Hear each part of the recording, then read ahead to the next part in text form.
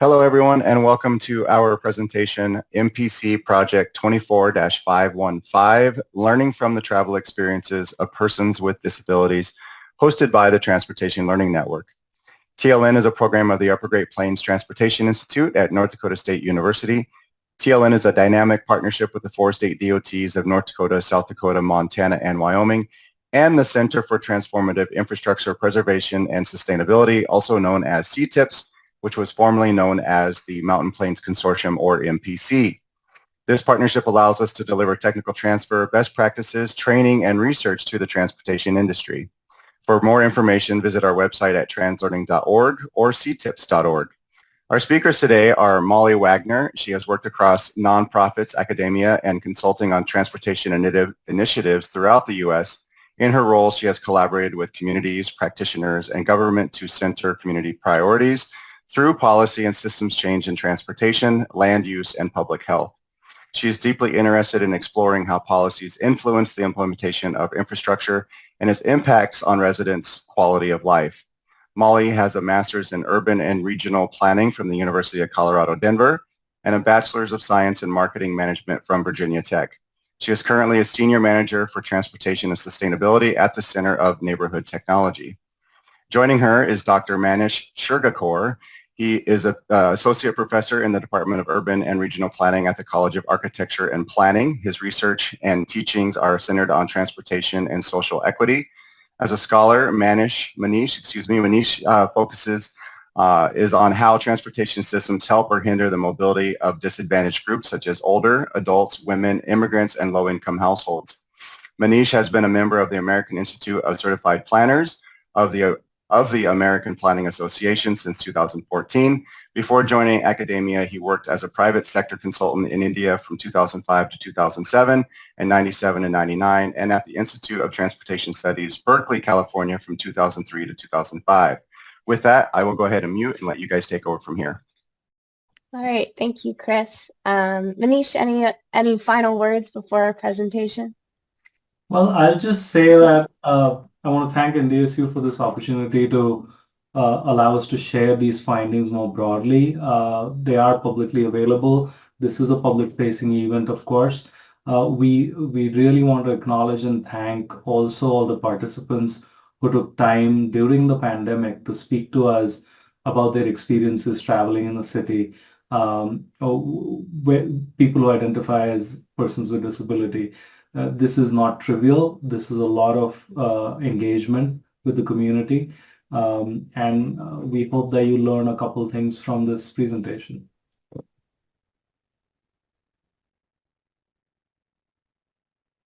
All right, and with that, we will get started. Recording in progress. So again, we are presenting on our paper, Learning from the Travel Experiences of Persons with Disabilities, Investigating Navigation Challenges Posed by Infrastructure. I also do just want to thank my co-authors, Dr. Manish Shirgakar and Dr. Wesley Marshall, for collaborating on this work. All right. So in the United States, there is an assumption that with the passing of the Americans with Disabilities Act in 1990, the transportation needs of people with disabilities are routinely considered.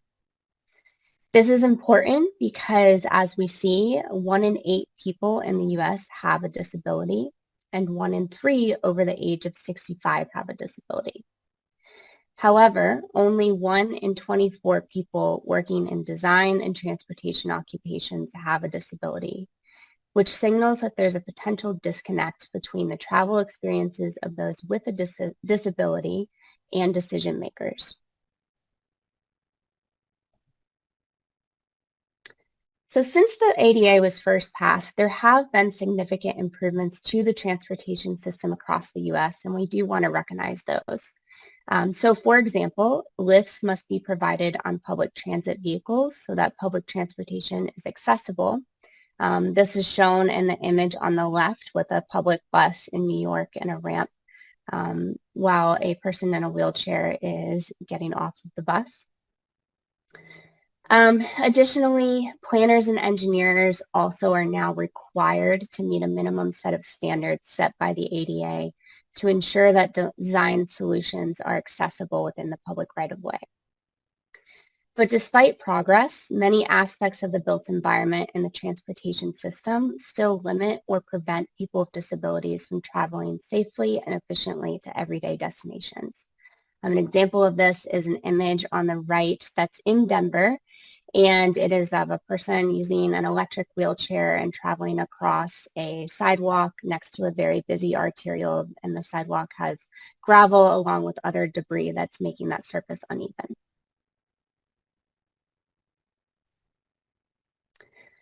So given what we know, we really wanted to learn from people with disabilities about what influences their decisions and how they travel, as well as what their experiences are while traveling.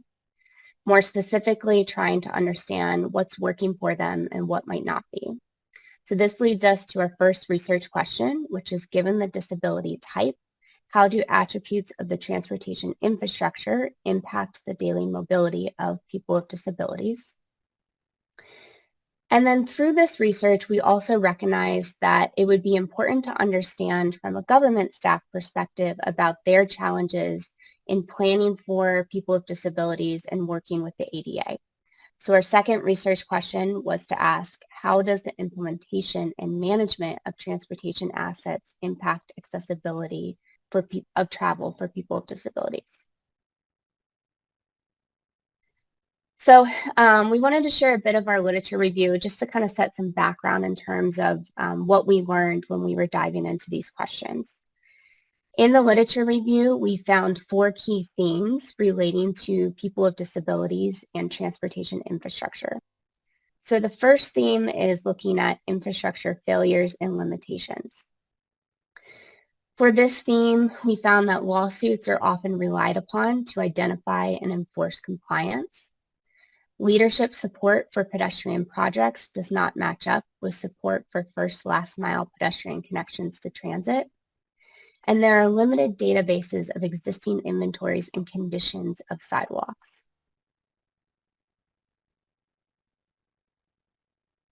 The second theme looks at challenges navigating the city.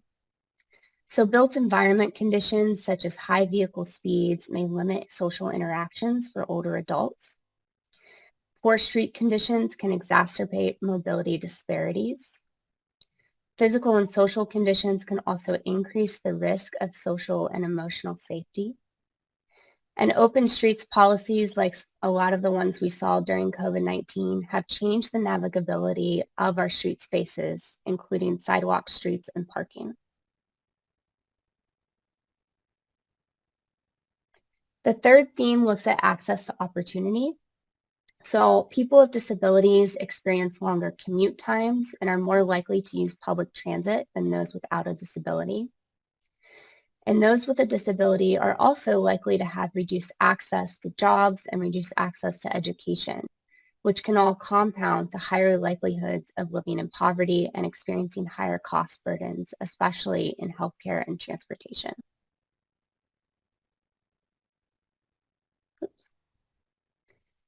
And then the last theme we looked at is expert knowledge versus lived experience. So there's limited literature on how lived experiences overlap with professional planning knowledge. And even in design practices with the best intentions, people with disabilities are often informants in those design processes rather than decision makers. There's an underrepresentation of people with disabilities in professional fields, which leads to limited representation of experiences and perspectives. This can lead to ableism and erasure in the built environment. And lastly, there's a difference in perception between those who use transportation facilities compared to those who design them.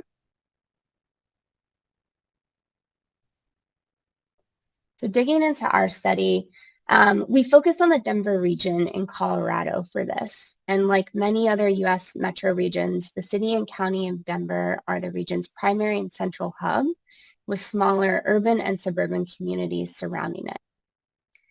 The region has approximately 3.1 million people, with 9% of the population identifying as having one or more disabilities.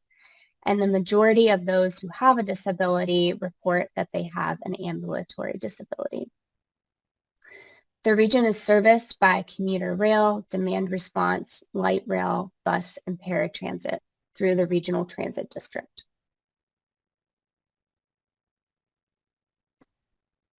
So for our research approach, we wanted to follow the tradition of learning from local knowledge and community experts. We conducted semi-structured interviews in 2 stages with participants. In stage 1, we relied upon 28 semi-structured 1-hour recorded interviews on Zoom with participants who self-identified as having a disability. We were able to connect with participants through support from local disability advocacy and resource agencies.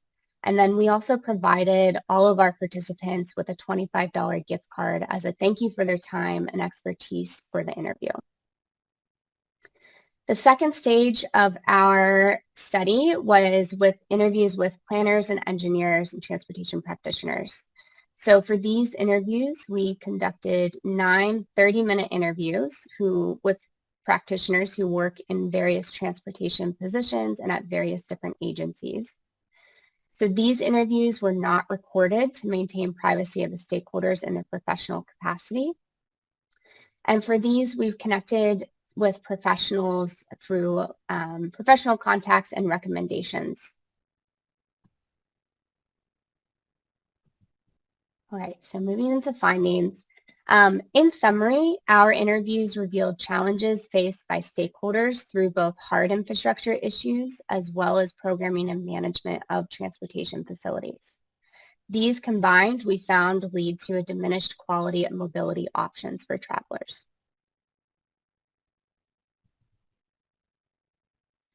And the interviews revealed multiple failures within both of those 2 themes.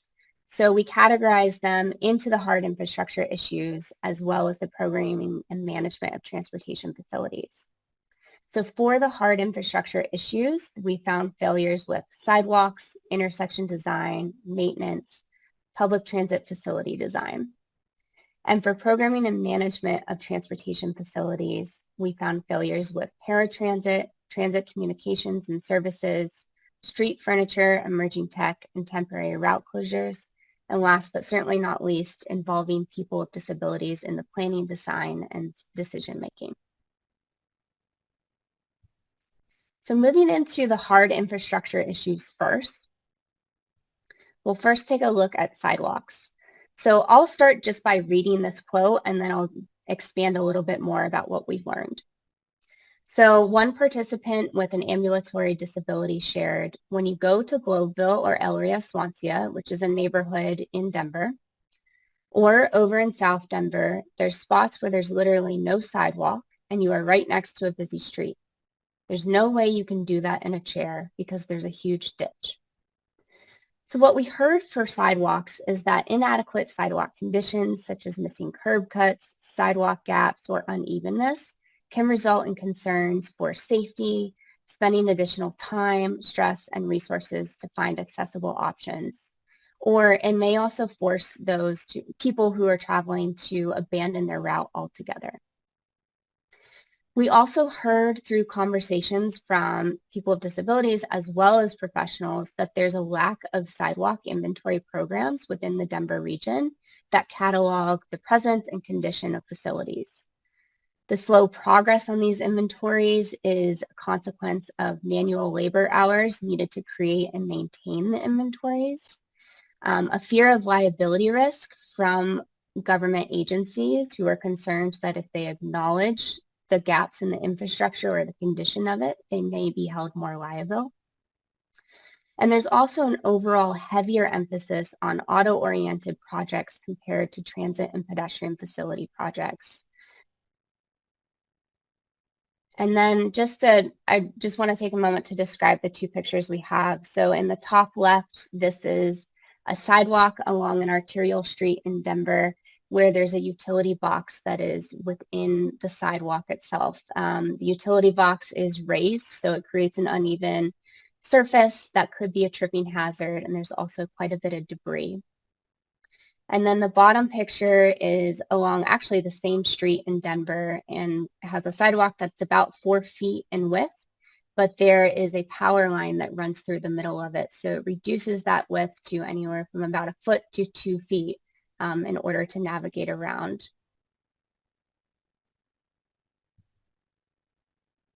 So the next is failures with intersection design.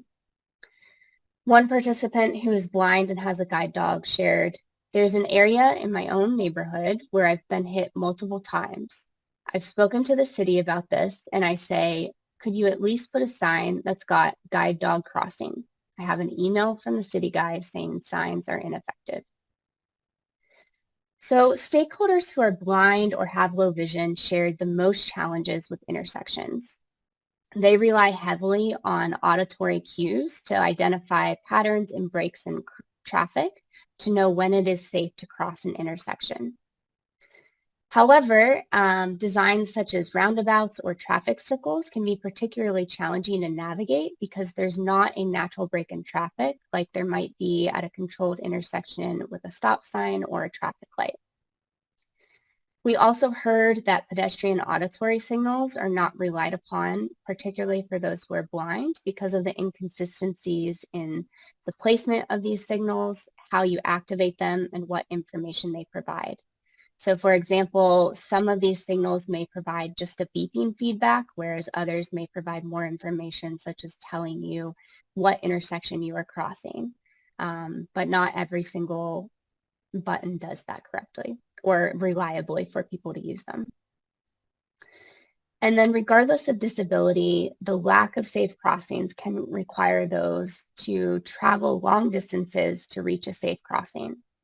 The distance required to travel can be time intensive, physically demanding, or preventative altogether. And then our top photo on the left is an image of a very busy traffic circle in a downtown area. And the image on the bottom is in Denver, and it's a crossing that leads to an unmarked crosswalk and a landscaped median in the middle, which does not have a ramp or any other sort of pedestrian facility to help navigate that landscaped median.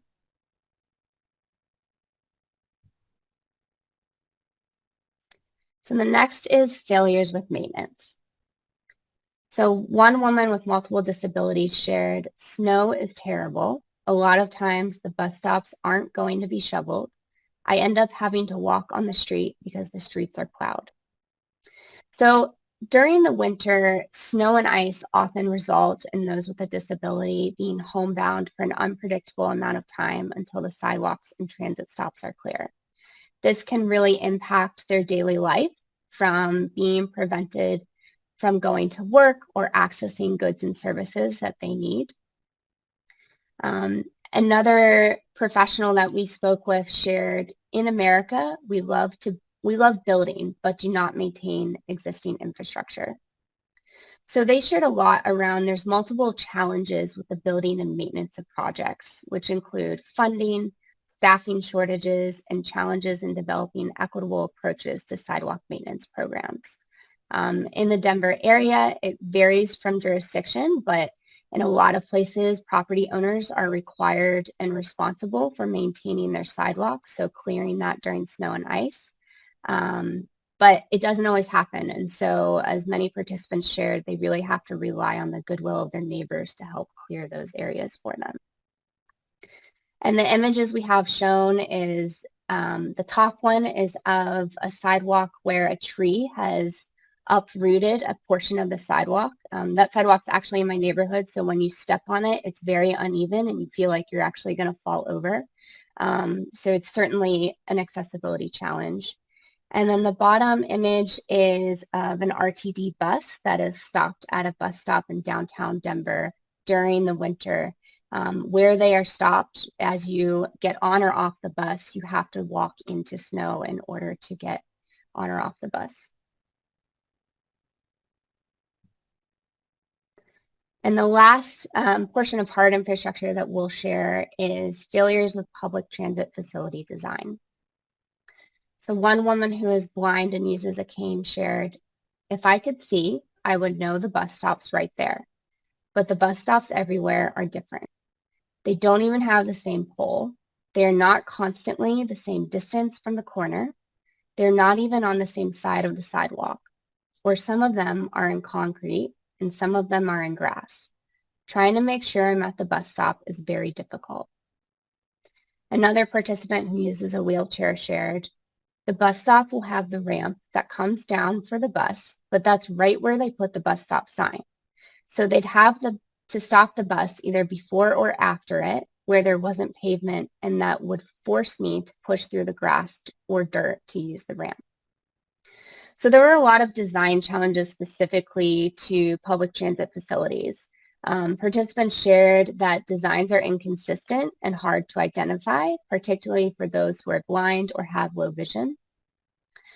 Surrounding conditions can also impact the accessibility of those transit stops, such as a lack of accessible sidewalks or crossings to and from the bus stop and to a person's destination. There's also minimal seating at many of the bus stops or transit facilities, and there's also limited protection from weather, which can be challenging, especially during the winter where you have snow, and also during the summer we have heat. In Denver, we have a very strong sun, so it gets pretty hot during the summer. And then lastly, poor placement of bus loading areas, as our one participant shared, can make it challenging to navigate on and off the bus. So moving into our findings around programming and management of transportation facilities. The first is failures with paratransit. So one participant using a wheelchair shared, we really have to be smart about where we're going because we don't have the option for impromptu trips. It takes 6 hours just to get to an appointment and back because you're waiting for 2-hour windows before and after the trip. And the trip takes twice as long because they're shared with multiple stops. It prevents a lot of people from even wanting to utilize them because who has time to spend your entire day? So with paratransit, participants shared multiple challenges about their experiences using the service. First, the approval process can be humiliating, and participants shared that they often feel like they have to prove their disability. Logistics and scheduling have to be planned ahead of time, reducing spontaneity of trips. So they may have to call a day ahead of time to schedule a trip rather than something more impromptu. And there's also unnecessary time off work may be required to use paratransit. It may not always be easy to do or realistic for someone to do. And it can also take away from other activities or things that they need to do throughout the day. Failures with transit communications and services. So a woman who is deaf shared, anytime announcements happen, hearing people can hear drivers speaking over the intercom, but deaf people don't have access to that. So there were many challenges around just the communication of services. Participants shared that there's limited access to real-time arrival and departure data, and there's limited route change and cancellation notifications that are made to the public. So for someone traveling, oftentimes it takes some time to figure out where their bus is and why it's not coming. And then also on buses and trains, audio can be challenging to decipher. And then also stops are not regularly announced, which make it hard to know where a person is along a route. Some stakeholders shared that these experiences are really stressful, especially when a bus or train stops running mid-route. And there's really no way to communicate that to a person who is deaf or blind. So particularly in a situation where there might be an emergency situation, participants share that they're oftentimes the last person to find out what's going on. And then also there's limited access to ASL interpreters and written communication, which could help transit operators and passengers communicate more effectively and efficiently.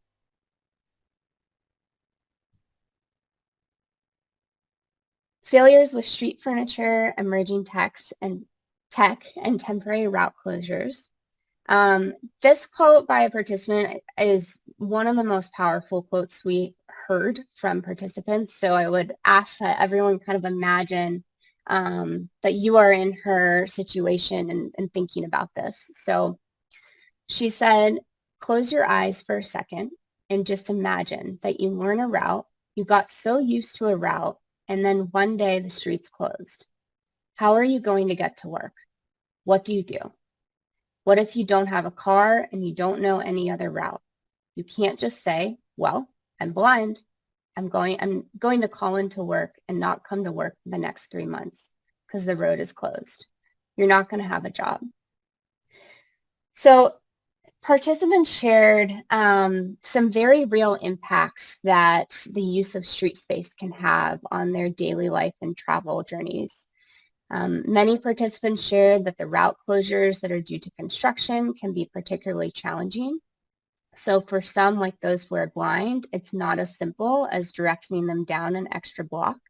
Oftentimes, blind participants will really study in an environment and their route, so they really understand it and feel comfortable traveling independently. And for those using a mobility device, it's not as easy as just assuming they can step off a curb and navigate around the detour. Some participants shared that having a member of the construction team there to help escort around the detours would be immensely helpful. And then in recent years, particularly since COVID-19, we've seen an increase in the demand for sidewalk space uses from outdoor dining programs, micromobility, parking and travel, and then other activation programs that are happening. So many participants shared that they are supportive of these new uses, but are concerned about the lack of consideration for the impacts on people with disabilities who cannot always navigate safely around these new uses. They shared that there's a preference for parking spaces and traffic lanes to be prioritized for the new uses as compared to the already limited sidewalk space, which should be kept clear for through travel. One example, this top image on the left, which is of Larimer Square in Denver, is now closed to traffic. And there's many restaurants along the street and that have really taken advantage of outdoor dining programs.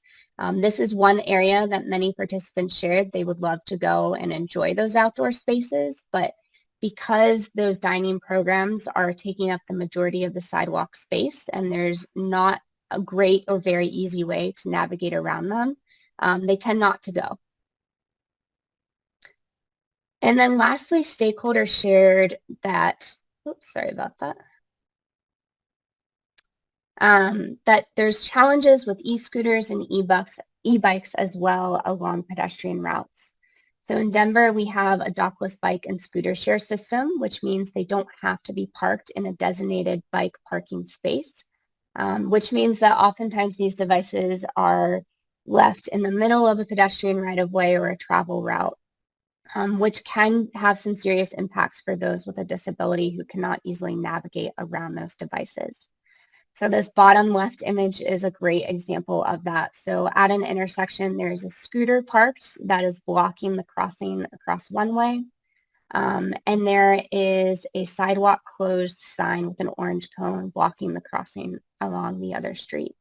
And so for someone who can't navigate around either of those blockages, they may have to go one or more blocks out of their way to continue along their route.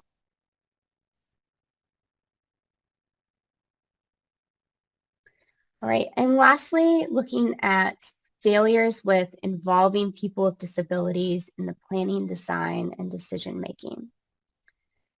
So one participant who uses a wheelchair shared that sometimes they take the feedback, but I don't feel like some of these projects intentionally take the voices of people with disabilities into consideration. Sometimes the solution seems worse. I wish they would do more disability-focused sessions to understand more things about wheelchair users. Another person shared, there's a saying, nothing about us without us. If we don't have people to ask questions about accessibility, then sometimes it just doesn't happen. They, the experts, want to make it pretty, but not necessarily safe.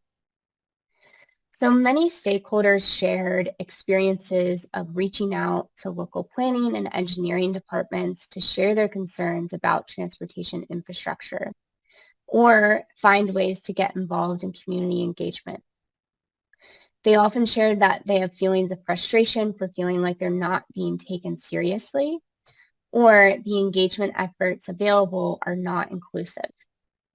This also puts the responsibility on people to have the time and resources to actually participate in these engagement efforts, rather than having more dedicated efforts working with the disability community. We also heard from professionals that there is an unequal amount of community engagement required for pedestrian and transit projects as compared to auto-oriented projects. So for this, oftentimes pedestrian and transit projects, practitioners shared have a much longer, sometimes years, engagement and planning and design process, as compared to an auto-oriented project, which sometimes has a very small and short timeline. So there's quite a bit of difference in terms of how long we are engaging, what we're engaging about, and then also the actual solution that we're implementing. These differences can signal a disconnect in the priorities for projects and extended implementation time and resources that are needed for those projects. And so to describe, I just want to describe the two pictures on the left as well. So in the top left, there are transportation practitioners who are doing a mobility audit led by a woman using a walker and then a woman using an electric chair. They are in a city and about to travel underneath construction scaffolding. This route may look generally accessible and wide enough for most people to travel through. However, these two women are describing the different types of potential hazards that they may encounter while traveling under this, which includes some bottom pieces of the scaffolding that are not even impacting the right-of-way width. So for the two of them to travel together under this, they would not be able to travel side by side the whole time. And the bottom image is of a mobility audit in Denver in the winter time, where a group of people are looking at the pedestrian environment along a busy street in Denver. They're led by a woman in a wheelchair who is discussing, how does she navigate this environment, and what does it feel like from the perspective of safety.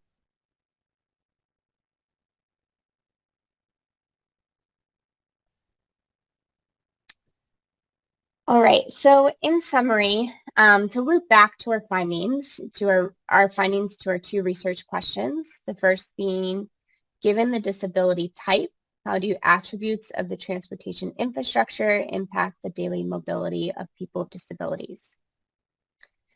Each person we interviewed, regardless of disability, expressed concerns about safety and shared experiences where they had to abandon a route because it was too dangerous or impassable. Barriers included both physical or hard infrastructure features, as well as programmatic features. And all of these experiences led to participants expressing anger, frustration, and concerns for their safety. They also shared experiences of having to have additional resources to navigate those transportation environments.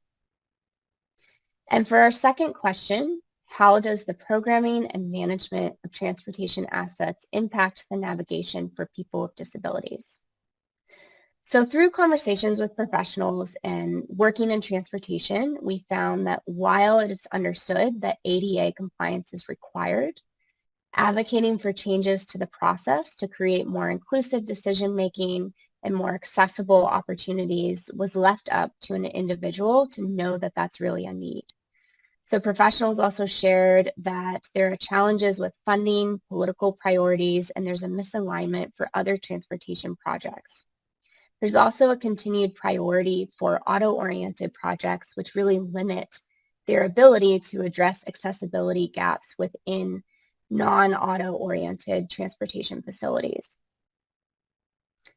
So these barriers, combined with the lack of people with disabilities within the professional transportation space and seen as respected experts, further exacerbate the discrepancies in infrastructure and programming accessibility. And the findings from this study call for questioning how current policies, funding limitations, perspectives, and practices for ADA within public planning agencies can result in limitations in access for people with disabilities.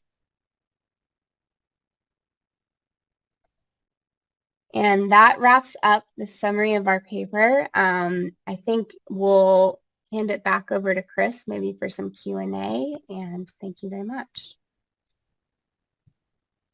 Wonderful, thank you.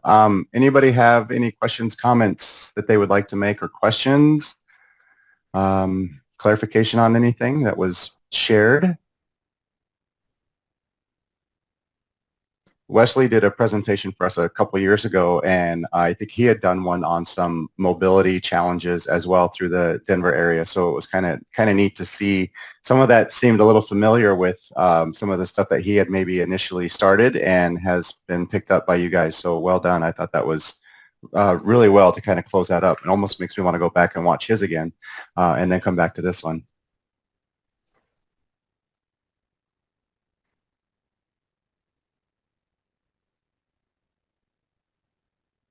Can you see the chat? Yeah. Molly, you want to take a response and I can add? Yeah.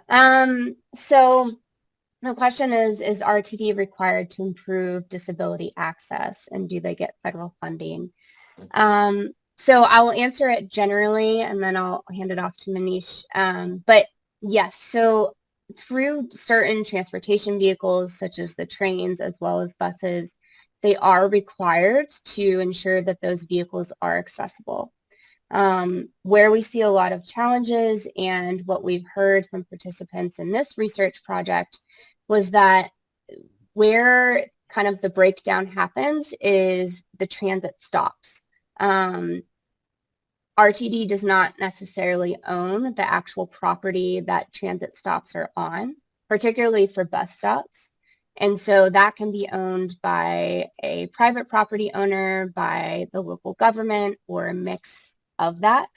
And then also expanding out to that, the access to that can be owned by different owners. So and with professionals we talked to, and including those who work within transportation broader for our city or work for a public transit agency, they all discussed efforts where they are trying to work and coordinate with those partners to make sure that those are accessible. But unfortunately, it's usually multiple decision makers that are in there. I'll add a couple thoughts to that. I think the one piece that needs acknowledging is also that in the public right of way, when there are ADA compliant assets that need to be produced, often businesses and private property owners will push back. Interestingly, for things that might seem pretty commonsensical, we get community pushback from people who may not want a certain community to assemble or use those facilities. So we are hearing some of that. This is agencies, including RTD, across the country face these challenges, so that we need to be a little aware of what agencies are faced with as well. Is there federal funding? Yes, there is. A lot of the color of money from federal funding is also constraining what an agency can and can't do. One example that comes to mind is cutbacks in terms of routes here in Denver, for example. And this is pretty common across the country. Post-COVID, recovery has been hard. There have been workforce and retention problems at agencies, and those have resulted in cutbacks for services, which then escalate into this how do we spend federal dollars question. And because ADA requires that paratransit services be only provided within 3/4 of a mile of existing fixed route services, that those kinds of cutbacks to the routes leave a lot of the community of individuals with disabilities suddenly outside option to travel. So there are several factors that are pushing back against the need for just basic provision to your question, Amber. Yeah, and I will also just point out that there are many strategies that could improve the accessibility, but they may not be required by the ADA law. So the example that I gave about having ASL materials or resources on a bus, that's something that could really improve the accessibility and overall experience for someone traveling, but it's not necessarily required by law to do. So there may be variations in terms of those resources available. So another question came in while you were explaining that one was, were there any improvements made after this research and the audits that you conducted? Yeah, I won't credit it to this research, but specifically, so Larimer Square, which is the street in downtown Denver that is now closed to cars and has a lot of outdoor dining programs. It took some time, but more recently, there are now ramps throughout the different areas for people to transition on and off. So I think that there are improvements that are happening, and we're a lot of us are learning as we go in terms of thinking about, okay, how do we make this more accessible to a broader range of people? And I'll add just a couple thoughts to that. So, Ramona, part of the agenda with us as academics and practitioners who work in this realm is, for example, Molly works in a advocacy capacity of sorts, a knowledge building advocacy capacity. I work as an academic. So on the one hand, what we want to do is give more voice to the kind of issues that a community faces. And then through forums like this, webinars, public-facing reports, we hope that there is a change in how practitioners and local governments think of these issues. So there's no simple answer in terms of a fix, but we hope that we are adding to an already growing movement here with sharing this work. Okay. And then as far as the location, do you believe Denver is a pretty representative city for these types of transportation issues? And their belief is Denver is a pretty car-centric city, but can't think of very many places that better accessible transportation. And of course, locally for that particular comment, their city is not. I can start that, and then Molly, feel free to add.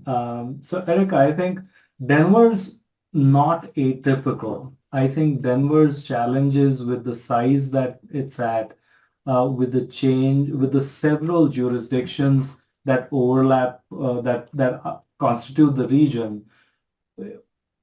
I think challenges around accessibility, accessible curbs, accessible sidewalks, crosswalks, signal timing, transit issues, the high amount of capital expenditure in auto-oriented infrastructure is pretty common. In several of the projects where our research group has been talking to practitioners across the country, what we are finding is that Denver's pretty atypical in terms of, it's pretty typical in terms of the kind of American city or even North American city that exists out there. So it's a good place to study this question, essentially.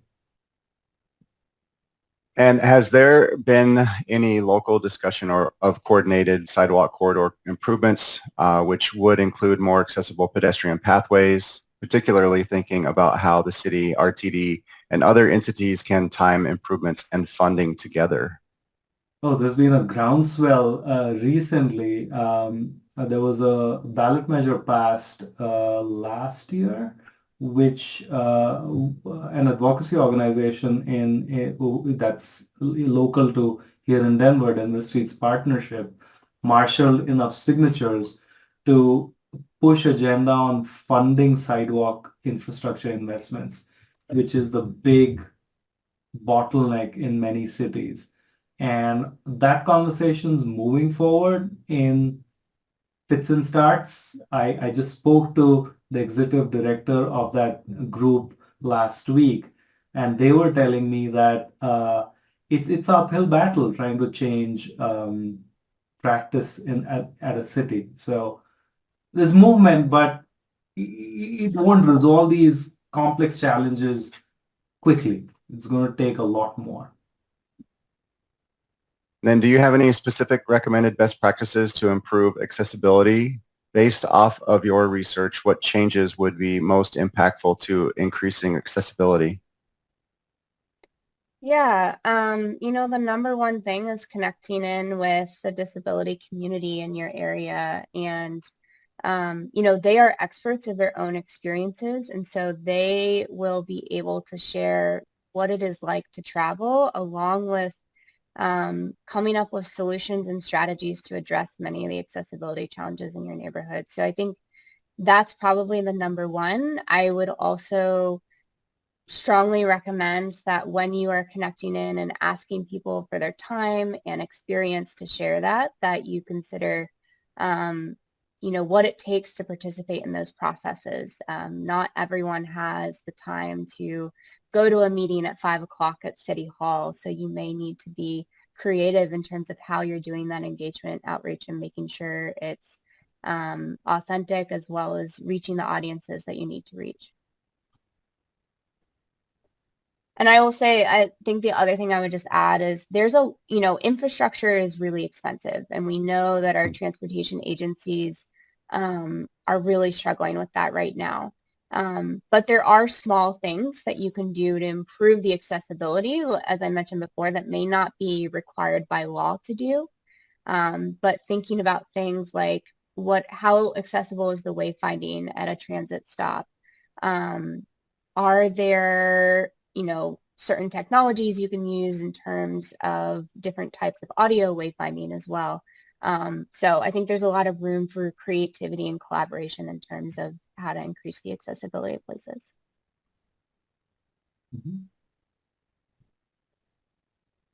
Okay, and then there's just a couple other little comments in there. So if you, again, want to read through there, thank you for doing this research and for your attention to bringing the awareness to it. So thank you for that.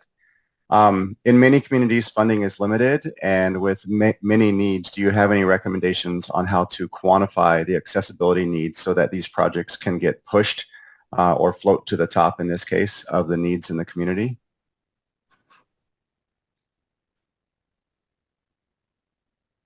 I think what needs to happen, and there's some change happening, but I think there's a lot more work that needs to go into this. Let's take bicycle and pedestrian bicycle infrastructure in this country. 10 years back, most cities didn't think investing in bicycling infrastructure was an important issue. It was a slow movement that got a lot of average citizens rallied up. It became part of at least some section of society got excited about it. And that then started this movement to make agencies and local governments think more systematically about bicycling infrastructure in particular. Mayors got on board. Mayors used that as a piece in their platforms during election years. So I think these conversations, as they mature, more people that voice their opinions at City Hall, through public forums, through other forms of engagement, not necessarily just our friends and colleagues in the community of people who identify as being disabled, but the rest of us who may not identify in those terms. The more we talk about this, the more it becomes an issue. It has been an issue. It hasn't been talked about enough. Part of the reason why we got into this research was we haven't seen systematic analysis of storytelling from this community that has been, as it intersects with infrastructure production. There's a lot of health literature in this direction, not so much city urban design access. And I think the more conversations we have about this, the more vocal as a group of allies we become. That's one model to float needs to the top. But I'd be curious from our listeners if they have other ideas too.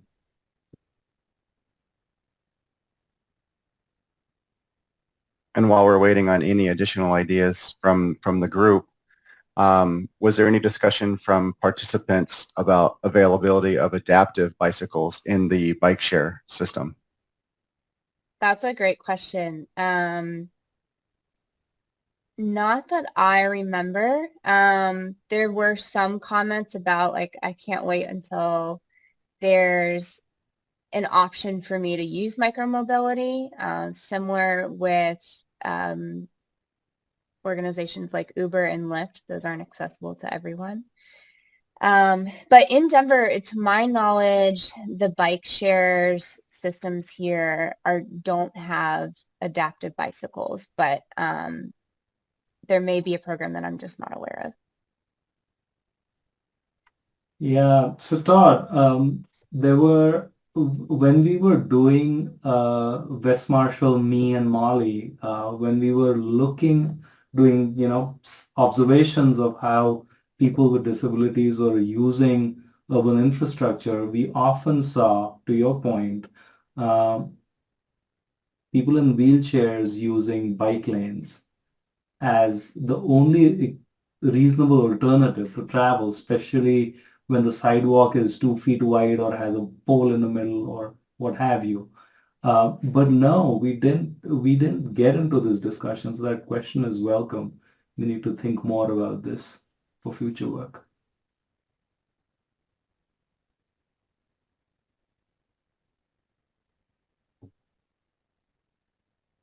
This is Todd. I'll just ask a follow-up. Apologies, Yeah. I have a cold. But with that said, were there with people being forced to use the bike lanes for because the sidewalk was inadequate, which of course is disappointing to say the least. But did they not only from maybe treatment from vehicles alongside them on the road, but also from other cyclists? Did they encounter, conflict, from cyclists wanting to use the same bike lane simultaneously? And any, I guess, if you heard from that from participants, I'd be curious about that experience. No, there wasn't a whole lot of talk about what those conflicts are. I will add that in addition to obstructions on the sidewalk, though, that those who do use bike lanes also have mentioned that it's just easier to use a bike lane because it's more of a flat, consistent surface. Whereas a sidewalk, sometimes if it's uneven, it's just harder to get around. So I think at sometimes there's just a preference that, the bike lane is going to be more consistent in terms of navigating it. But then also, like we mentioned too, weather-wise, it's more likely to get cleared more quickly than a sidewalk maybe. I'd speculate a little in response to your question, Todd. I would suspect that people who bicycle might be allies in this conversation rather than not, because they're often sidelined in automobile-centric infrastructure across most cities. That said, I would wonder if in high-capacity locations where a lot of bicyclists are going at with e-bikes and what have you, higher speeds, if the risk of conflict is significant. I haven't seen a study Mm-hmm. so far. That's an interesting line of questioning. And I will add, well, not specific to bike lanes, we did hear conflict risk on the sidewalk particularly with scooters, e-scooters are riding on the sidewalk a lot and they're very quiet. So it's sometimes hard to even predict when they are behind you. And if you are using a wheelchair or another type of mobility device, you're not always very easily able to just step out of the way. So there are a lot of safety concerns that we heard from participants around that aspect. Yeah, thank you. That's very interesting. Yeah, I could go down this rabbit hole, but I don't want to take up all the question. But I think the point you said about people using wheelchairs choosing to take the bike lane instead of the sidewalk is really, prescient for, obviously that's not the intention of planners and engineers and things in terms of building this infrastructure. So it really highlights all the issues you've been mentioning in terms of where the failures are occurring. That is the preferred choice for the reasons you said.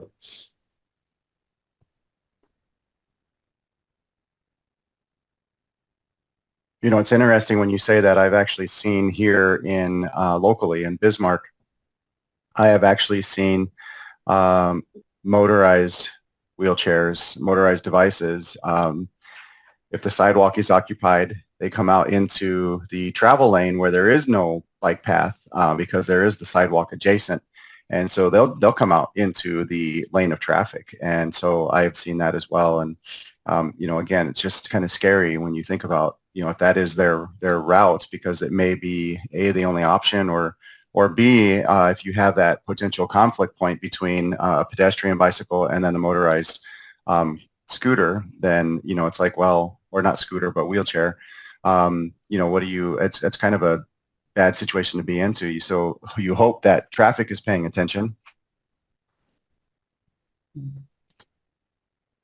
Well, I want to make a sort of a big picture comment, if you'll allow me, Chris, Of course. because I think a lot of transportation analysts and people who work in infrastructure, practitioners, advocates, researchers, what have you, all of us have this tendency to come at these questions from what we know a priori. And that really limits how we need to think about these issues.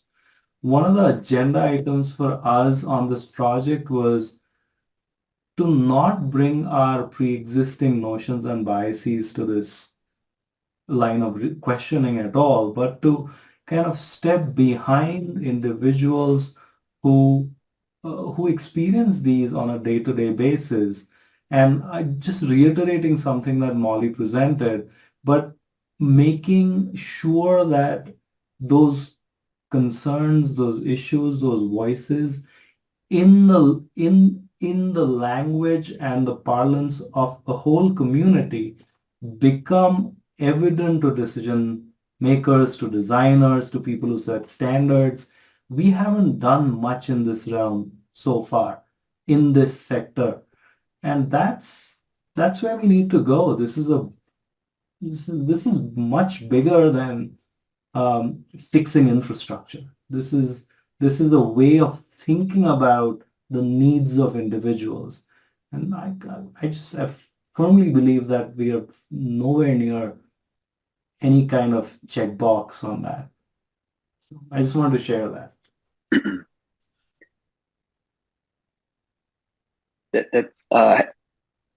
Can you hear me? This is Michael Stone. Yes. Yes. First off, thank you guys so much for doing this. Your work is rather amazing, and we can go on and on about this. But I just wanted to take off of that last comment. Since we just have a rather unique group of people listening into this, and this is a question for everyone, including you professors. Are you aware of all of the disability legislation that's happening within the state of Colorado and many of the things that are going on right now? That's a question. I don't believe I'm on top of that conversation at all, Michael. Well, I would encourage. I could share it with Molly later. All the legislation that has been even recently passed, but things that are ongoing, because right now is an opportunity for everyone to kind of weigh in. There's the disability rights. It's a task force that has to implement all of the the disability legislation. I can give you the name. It's HB 23-1296. And basically it's about disability rights access to four primary areas, and that is government. There's a rewrite of the whole Colorado Disability Act, in addition to housing and then outdoors. So many things that cover Colorado, and your work is very specific to that, because transportation keeps coming up even though it wasn't highlighted in this.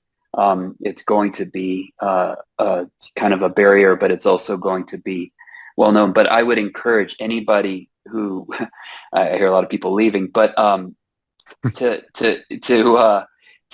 this is a great opportunity, because these are public meetings and everybody can participate. They can ask questions, they can engage, but it's kind of like speak now or forever hold your peace. And I'm happy to share that information if you want to just, because I don't know that everybody knows that that is happening.